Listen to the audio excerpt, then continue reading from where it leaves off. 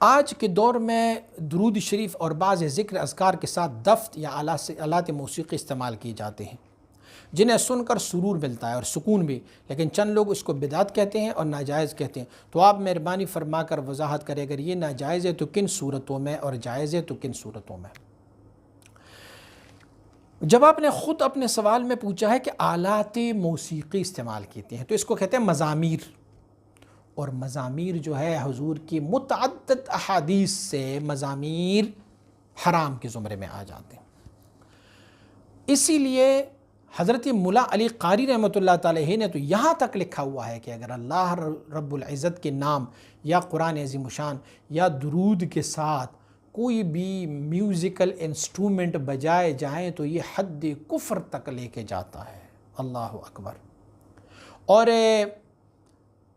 مولا علی قاری رحمۃ اللہ تعالیٰ نے یہ بھی لکھا ہوا ہے، آپ فرماتے ہیں کہ میوزک جو ہے وہ حرام ہے، اور وَالتَّلَذُّذُ بِهَا كُفْرٌ، اور فرماتے ہیں اس سے لذت حاصل کرنا یہ کفر تک لے کے جاتے ہیں بندے کو۔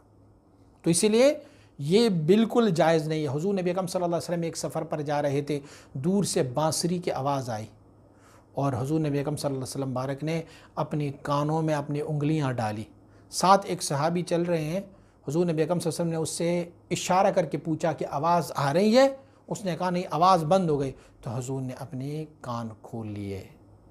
اسی لیے اس سے ثابت ہے۔ رہ گئی بات دف کی، تو دف کے لیے بھی ایک صورت موجود ہے۔ نعت کے ساتھ یا حمد و صلات کے ساتھ یا درود کے ساتھ دف بجانے کی ثبوت کہاں سے ثابت ہے کہ ان کے ساتھ بھی دف بجائے جائیں؟ رہ گئی یہ بات کہ اگر حمد اور نعت کے علاوہ دف بجانے کی صورتیں ہیں تو وہ پھر ایک ہی صورت ہے کہ حضور نبی اکرم صلی اللہ علیہ وآلہ وسلم مبارک نے شادیوں میں اس کی اجازت دی ہے، لیکن وہ بھی لے اور طرز پہ نہیں۔ اعلنوا نکاحکم بالدف، حضور نے فرمایا اپنی نکاحوں کو دف کے ساتھ لوگوں میں پلا دو، اعلان کر دو کہ اس کا نکاح ہو گیا۔ آپ دلیل دیں گے چھوٹی بچیاں اکٹھی ہوئی تھی اور کہا طلع البدر علینا، اور دف بجاتی رہتی تھی، تو آپ دلیل دیں گے یہ دیکھو نا طلع البدر، یہ تو حضور کی حمد ہے، حضور کی نعت ہے، اس کے ساتھ دف بجایا جا رہا تھا۔ تو میرے پیارے بھائی، وہ تھی جاریات، چھوٹی بچیاں، اور حضور نے اس کا استحسان نہیں فرمایا۔ اسلام نیا نیا تھا، اس وقت نئے نئے لوگ مسلمان ہوئے تھے، یکدم اس پر شدت نہیں کی تھی، بعد میں بتدریجاً حضور نبی اکرم صلی اللہ علیہ وسلم نے اس کو منع کیا۔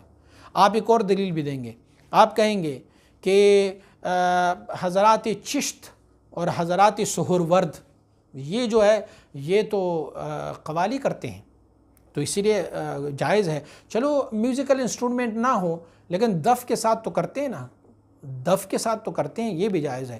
تو جناب شیخ شہاب الدین سہروردی رحمۃ اللہ تعالی نے اس کو ڈیفینیٹ کیا ہے، اور ہمارے علماء اہل سنت نے بھی اس کو ڈیفینیٹ کیا ہے۔ آپ فرماتے ہیں یہ لازم نہیں ہے کہ وہ دف ہو، فرمایا اس کے لیے مکان کی ضرورت ہے، یعنی جو وہاں پر قوالی کرتے ہیں، سماع جس کو کہتے ہیں، سماع جو کرتے ہیں اس کے لیے مکان کی ضرورت، مکان ایسی ہو کہ اس کی آواز باہر تک نہ پہنچ جائے۔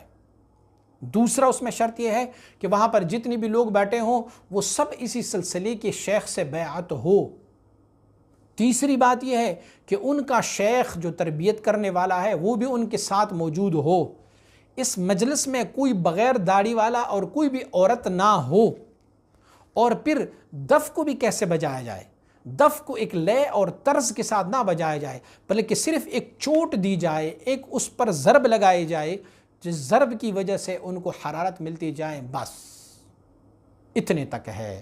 تو آپ مجھے بتائیں کہ کون سا نعت خوان یہ کام کرتا ہے؟ نعت خوانوں کے خود پہلے تو ان کی داڑیاں نہیں ہوتی، اگر داڑیاں ہوتی ہیں تو سامعین سارے منظر عام پر ہوتے ہیں، اور پھر جس طرح کی آپ نے کہا ہوا ہے کہ یہ جو ہے سن کر ہمیں سرور بھی ملتا ہے اور سکون بھی ملتا ہے، تو اس سے پتہ چلتا ہے کہ آپ کی روح جو ہے وہ بیمار ہے، کیونکہ آپ نے یہ کہا ہوگا نا کہ روح کی غذا جو ہے وہ موسیقی ہے۔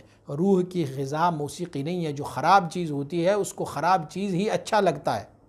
روح کی غذا اللہ کی ذکر ہے، شریعت مطہرہ پر عمل ہے۔ روح جب خود خراب ہو جائیں تو پھر ایسی چیزوں سے سکون مل جاتا ہے۔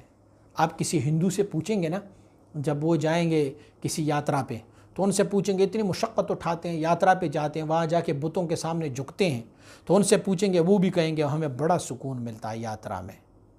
تو کیا آپ مانیں گے کہ ان کو سکون ملتا ہے؟ نہیں، ان کا چونکہ روح خراب ہے اور ان کا نفس یہ چاہتا ہے، تو نفس اور روح کے اصلاح کے بعد پھر یہ چیزیں سکون اور سرور نہیں دیتی، بلکہ یہ چبھتی ہے، یہ نقصان دے دیتی ہے۔